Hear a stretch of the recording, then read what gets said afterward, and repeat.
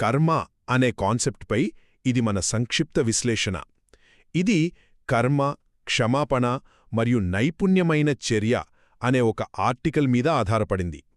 ఈ ఆర్టికల్ ప్రకారం కర్మ అంటే మన తలరాత కాదు, అస్సలు కాదు.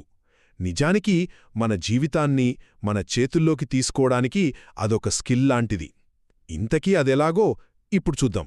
సరే, మొదటి పాయింట్ ఏంటంటే, మనం చేసే పూజలు, ప్రార్థనలు మన పాత కర్మలను పూర్తిగా తుడిచిపెట్టలేవట. దీన్ని చాలా సింపుల్గా ఈత కొట్టడంతో పోల్చారు. ఆలోచించండి, మన బదులు ఇంకెవరైనా ఈత కొట్టగలరా? లేదు కదా. కర్మ కూడా అంతే.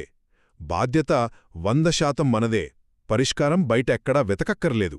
ఇక రెండోది, క్షమించడం. ఇది అవతలివాళ్ల కోసం కాదండోయ్, మనల్ని మనం కాపాడుకోవడానికే.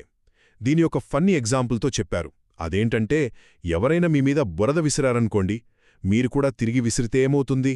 ఇద్దరూ బురదలో కూరుకుపోతారు. దాని బదులు సైలెంట్గా పక్కకి తప్పుకుంటే మనశ్శాంతిగా ఉంటుంది కదా. క్షమించడం కూడా ఇలాంటిదే. ఆ ప్రతీకారమనే బురదలోకి దిగకుండా మనల్ని మనం సేవ్ చేసుకోవడం అన్నమాట. ఇక ఫైనల్గా మూడోది, ఇది చాలా ప్రాక్టికల్ విషయం. అదే అద్దం పద్ధతి. దీన్ని బుద్ధుడు తన కొడుకు రాహుడికి నేర్పించాడట. సింపుల్. ఏదైనా పని చేసేటప్పుడు 3 స్టెప్స్లో మనల్ని మనం చెక్ చేసుకోవాలి. 1. పనికి ముందు, ఈ పని వల్ల ఎవరికైనా హాని జరుగుతుందా అని అడగాలి. 2.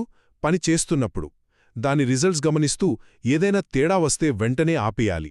ఇక 3.